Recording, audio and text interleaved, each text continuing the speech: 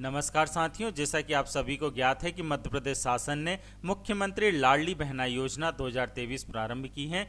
इस योजना के अंतर्गत 25 मार्च से लेकर 30 अप्रैल तक फॉर्म ग्राम पंचायत कार्यालय, वार्ड कार्यालय या कैंप में जमा भी होंगे, साथ ही ऑनलाइन भी होंगे। आज के इस वीडियो में हम बात करेंगे कि आप लोगों के मन में बहुत सारे सवाल हैं और उनका निराकरण क्या हो सकता है। कुछ आपकी समस्याएं भी हैं और उनका निराकरण भी मैं आपको बताना चाहूँगा। जैसा कि आप कंप्यूटर स्क्रीन पर देख रहे हैं, मैंने पहला बिंदु लिखा है कि समग्र ई-केवाईसी क्या है और बैंक आधार लिंक और डीबीटी इनेबल क्या होता है। दूसरा पॉइंट लिखा है कि क्या मेरा फॉर्म रिजेक्ट हो सकता है। तीसरा लिखा है कि फॉर्म ऑनलाइन होने के दौरान पता चला कि मेरा बैंक में आधार लिंक व डीबीटी इनेबल नहीं है। चौथा लिखा है कि मोबाइल नंबर क्या बैंक फॉर्म समग्र में एक जैसा होना चाहिए। चलिए तो आज की इस वीडियो में हम ये सारी बातें जानते हैं। वीडियो प्रारंभ करने से पहले मेरा आप सभी से निवेदन है कि मेरी चैनल का नाम पंचायत ज्ञान है। आप अधिक से अधिक चैनल को सब्सक्राइब कीजिए, साथ ही वीडियो को लाइक व शेयर कीजिए, साथ ही बेल आइकन को जरूर दबाएं ताकि आपको मेरे नए प्रत्येक वीडियो की जानकारी यूं ही मिलती रहे। धन्यवाद। जैसा कि आप देख रहे हैं कि पहला जो बिंदु है कि समग्र ई-केवाईसी क्या है, मैं यहां आपको क्लियर कर देना चाहता हूं कि समग्र पोर्टल पर परिवार आईडी 8 अंकों की होती है, साथ ही समग्र सदस्य आईडी 9 अंकों की होती है। तो आपको यहां पर समग्र सदस्य आईडी पर ई-केवाईसी कराना है। ई-केवाईसी का सीधा सा तात्पर्य है कि आधार कार्ड में जिस तरीके से आपका नाम, आपका लिंग, आपका पता, आपकी उम्र लिखी हुई है, वैसा का वैसा ही डाटा आपके समग्र में भी हो जाए।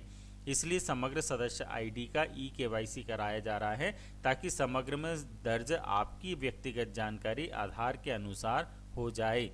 आधार के अनुसार इसलिए होगी क्योंकि आधार बेस्ड पेमेंट ही होगा, तो आपकी समग्र आईडी को ही आधार माना गया है। और जैसे ही समग्र आईडी से आपका फॉर्म ऑनलाइन भी हो रहा है और उसी में आपका आधार जब ई-केवाईसी हो जाता है और जब शासन पेमेंट करेगी तो जहां आपका आधार बैंक में लिंक होगा और डीबीटी इनेबल होगा, वहां पैसा ऑटोमेटिक चला जाएगा। अब हम बात करें कि बैंक आधार लिंक क्या है और डीबीटी इनेबल क्या है। जैसा कि मैं आपको बता दूं कि बैंक में आपका आधार लिंक होना अनिवार्य है और डीबीटी इनेबल होना भी अनिवार्य है। इसके लिए सिर्फ बैंक में एक फॉर्म आता है, उस फॉर्म को आप जाकर भर सकते हैं। उसमें एक ही फॉर्म में आधार लिंक भी हो जाता है और डीबीटी इनेबल भी हो जाता है। इस पर भी मैंने एक वीडियो बनाया है कि किस तरीके से बैंक में जाके आप फॉर्म को भर सकते हैं और आधार लिंक को डीबीटी इनेबल करा सकते हैं। जहां तक हम बात करें आधार लिंक की, तो बैंक में आधार लिंक आपके खाते पे होना अनिवार्य है और डीबीटी का जो तात्पर्य है वह है डायरेक्ट बेनिफिट ट्रांसफ़र, मतलब शासन के द्वारा किसी भी योजना का पैसा सीधे आपके व्यक्तिगत खाते में जमा हो, इसके लिए डीबीटी इनेबल कराना पड़ता है।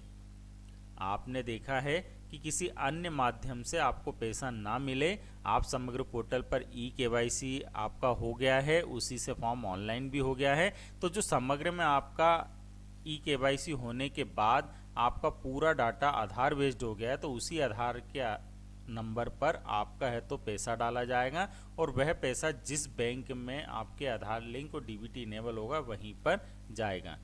तो आपको पूरी तरीके से समझ में आ गया होगा कि समग्र ई-केवाईसी क्या है और बैंक आधार लिंक और डीबीटी इनेबल क्या है और क्यों करवाना पड़ता है।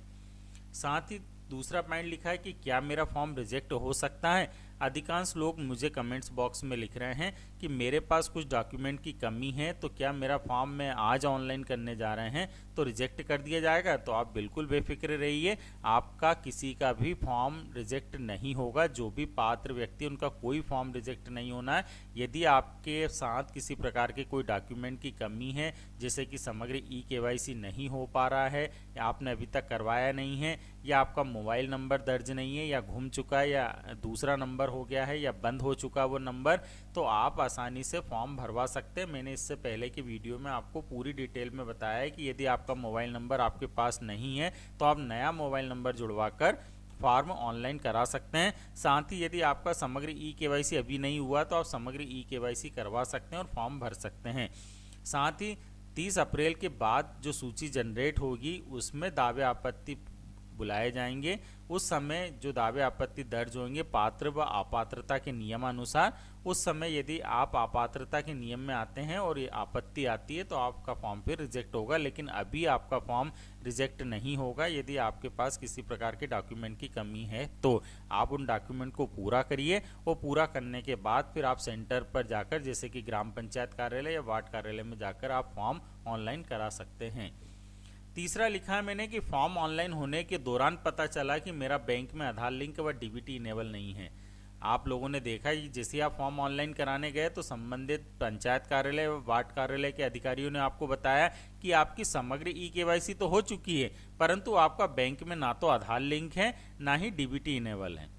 तो इसके लिए आपको कोई दिक्कत नहीं है, आप आसानी से, मैंने एक वीडियो बनाया उसमें आप आधार की साइट पर जाकर देख सकते हैं कि आपका आधार किस बैंक में लिंक है व डीबीटी इनेबल है।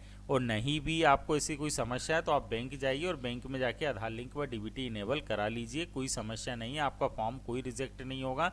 आपका फॉर्म ऑनलाइन हो चुका है, आपके पास समय है, 10 जून से पहले आप ये सारी बैंक में आधार लिंक व डीबीटी इनेबल करा ले ताकि 10 जून के बाद से जो राशि आपको प्राप्त होगी वह आपको आसानी से मिल सके। चौथा पॉइंट जो है कि मोबाइल नंबर बैंक फॉर्म समग्र में एक जैसा होना चाहिए। चलिए, यदि आपका मोबाइल नंबर बैंक फॉर्म और समग्र में एक जैसा है तो कोई दिक्कत नहीं, लेकिन यदि आपने फॉर्म में अलग नंबर दर्ज कर दिया, बैंक में आपका अलग नंबर है और समग्र में अलग नंबर है तो कोई दिक्कत नहीं है, आप फॉर्म आराम से भरिए। क्योंकि मैंने इससे पहले के वीडियो में आपको बताया है कि समग्र पोर्टल पर यदि आपका मोबाइल नंबर जो दर्ज है वो अब आपके पास नहीं है तो आप तत्काल चेंज करवा सकते हैं पंचायत के अधिकारी व वार्ड कार्यालय के अधिकारी से। वह उनकी समग्र SPR पोर्टल पर लॉगिन के बाद आपका मोबाइल नंबर चेंज कर देंगे और तत्काल ही आपका फिर ऑनलाइन फॉर्म उसी नए मोबाइल नंबर पर OTP के माध्यम से भर भी देंगे। तो ये ज़रूरी नहीं है कि मोबाइल नंबर बैंक फॉर्म और समग्र में एक जैसा होना चाहिए। यदि आपका एक जैसा है तो बहुत अच्छी बात है और यदि नहीं है तो आप बिल्कुल भी परेशान ना हो, आपका फॉर्म भरा जाएगा और कोई दिक्कत आपको नहीं आएगी। इसी प्रकार के और वीडियो को देखने के लिए आप मेरे चैनल को सब्सक्राइब कीजिए, साथ ही वीडियो को लाइक व शेयर कीजिए, साथ ही बेल आइकन को जरूर दबाएं ताकि आपको मेरे नए प्रत्येक वीडियो की जानकारी मिलती रहे। साथ ही यदि कोई कमेंट है तो आप कमेंट बॉक्स में ज़रूर बताएं। और मेरा आपसे एक निवेदन है कि मैंने मुख्यमंत्री लाडली बहना योजना के संबंध में अपनी चैनल में जितने भी वीडियो बनाए हैं, यदि आप एक एक बार भी उन्हें देख लेंगे तो आपकी सारी समस्याएं दूर हो जाएगी, ऐसा मेरा मानना है। फिर भी यदि कोई समस्या रहती है तो आप कमेंट बॉक्स में मुझे लिखिए, मैं उस पर फिर से आपको जानकारी वहीं पर दे दूंगा, या फिर मुझे लगेगा कि ये जानकारी सभी के लिए अनिवार्य है तो मैं उस पर एक वीडियो भी आपके सामने बनाकर पेश कर दूंगा। धन्यवाद।